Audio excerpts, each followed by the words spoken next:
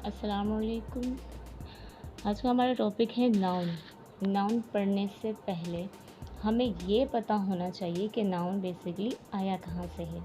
ठीक है, हमारे पास हर ज़बान के कुछ अज़ाए तरकीबी यानी अज़ाए कलाम यानी पार्ट्स ऑफ स्पीच होते हैं जो बहुत अहम होते हैं, क्योंकि इन्हीं से मिलकर जुमला बनता है, यानी उन्हीं जुमलों के ज़रिए हमारी बातचीत होती है। इसी तरह ये समझिए कि अगर पार्ट्स ऑफ स्पीच हमें मालूम हो तो हम किसी भी ज़बान में आराम से बात कर सकते हैं, उसे तकरीबन लिख सकते हैं। ठीक है, वो ज़बान चाहे आपकी मादरी ज़बान हो, अगर आपको उसके पार्ट्स ऑफ स्पीच आते हैं तो आप उसे आराम से लिख भी सकते हैं, आप उसमें जो है वो बातचीत भी कर सकते हैं। इसी तरह हमारे पास इंग्लिश में जो है वो पार्ट्स ऑफ स्पीच हैं, यानी इसी तरह आप एग्जाम्पल से समझ लें कि लाइक कर हमें एक बिरयानी बनानी है तो उसमें कुछ इंग्रेडिएंट्स होंगे, ठीक है, अज्जा होंगे। उन अज्जा के बगैर तो एक बिरयानी पकाना मुमकिन नहीं है। ठीक है, तो इसी तरह अगर आपको पार्ट्स ऑफ स्पीच किसी भी ज़बान के पता हैं तो आप उसे लिख सकते हैं। ठीक है, अगर आपको पार्ट्स ऑफ स्पीच नहीं पता तो आप इजीली वो ज़बान बोल तो सकते हैं लेकिन लिख नहीं सकते। ठीक है, इसी तरह जब हम कोई जुमला लिखते हैं या बोलते हैं उसमें डिफरेंट पार्ट्स यूज़ हो रहे होते हैं। ठीक है, जिसके ज़रिए एक जुमला मुकम्मल हो रहा होता है। एक जुमले में जितने भी अज़ा लिखे होते हैं कलाम के लिए या बोलने के लिए या लिखने के लिए जब हम इस्तेमाल करते हैं तो उन्हें हम क्या कहते हैं, पार्ट्स ऑफ स्पीच।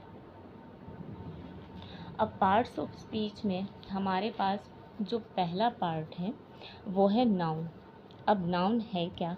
नाउन निकला है पार्ट्स ऑफ स्पीच से। ठीक है, जैसे आपको मैं पहले बता चुकी हूँ कि हर ज़बान में, ठीक है, हर ज़बान में कुछ अज्जाए कलाम होते हैं, कुछ अज्जाए तरकीबी होते हैं यानी पार्ट्स ऑफ स्पीच होते हैं, जिनके बगैर हम जुमला नहीं बोल सकते, जुमला लिख नहीं सकते। अगर बोल सकते हैं तो लिख नहीं सकते जब तक कि हमें पार्ट्स ऑफ स्पीच पता ना हो। तो हमारे पास इंग्लिश में, बेसिकली हम इंग्लिश पढ़ने जा रहे हैं, तो इंग्लिश में हमारे पास जो है वो सबसे पहला पार्ट ऑफ स्पीच क्या है, पार्ट्स ऑफ स्पीच नाउन है। अब नाउन है क्या? नाउन हम पढ़ते हुए आ रहे हैं बेसिक से कि noun is the name of any person, place और थिंग इज़ कॉल्ड नाउन, यानी किसी भी शख्स, किसी भी जगह और किसी भी चीज़ का नाम जो होगा वो क्या कहलाएगा, नाउन कहलाएगा। ठीक है, अब हमारे पास दुनिया में इन तीन चीज़ों के अलावा कुछ मुमकिन है? अगर मैं कहूँ तो नहीं।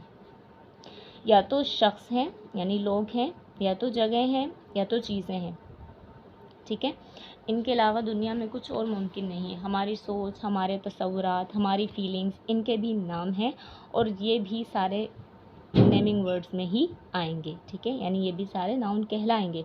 तो यानी हम ये भी कह सकते हैं कि every name is called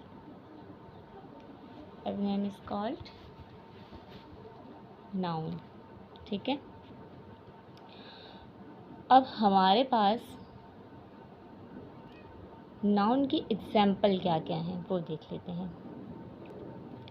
noun में हमारे पास सबसे पहले है पर्सन। पर्सन में हमारे पास क्या है, आपके सामने शो हो रही होंगी। सबसे पहले पर्सन है, प्लेस है, थिंग्स हैं और आइडिया है। ठीक है, पर्सन में हमारे पास नेम है David, second one is Emily, mother, father और ग्रैंडफादर। ठीक है, उसके बाद प्लेस। प्लेस में हमारे पास क्या आ गया है, Asia, Europe, America, India, Pacific ocean, hospital, school. Things में हमारे पास क्या आ गया है, मोबाइल, मोबाइल चीज़ है, बुक्स भी चीज़ें हैं, पेंसिल भी चीज़ है, डेस्क, कार, टेलीविज़न, शूज़। इसी तरह आइडिया, हाँ, ऑनेस्टी मीन्स ईमानदारी, फ्रेंडशिप दोस्ती। ठीक है, फीलिंग्स हैं, तसव्वुरात में हम इन्हें नाम दे सकते हैं। ठीक है, उसके अलावा हमारे पास है फ्रीडम यानी आज़ादी, लॉयल्टी मीन वफादारी, एंगर मीन गुस्सा, विजडम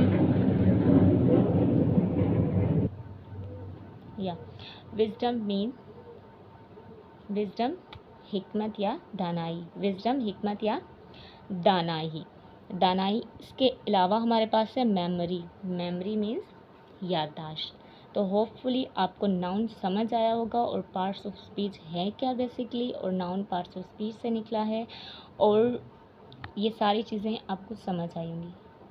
अल्लाह हाफिज़।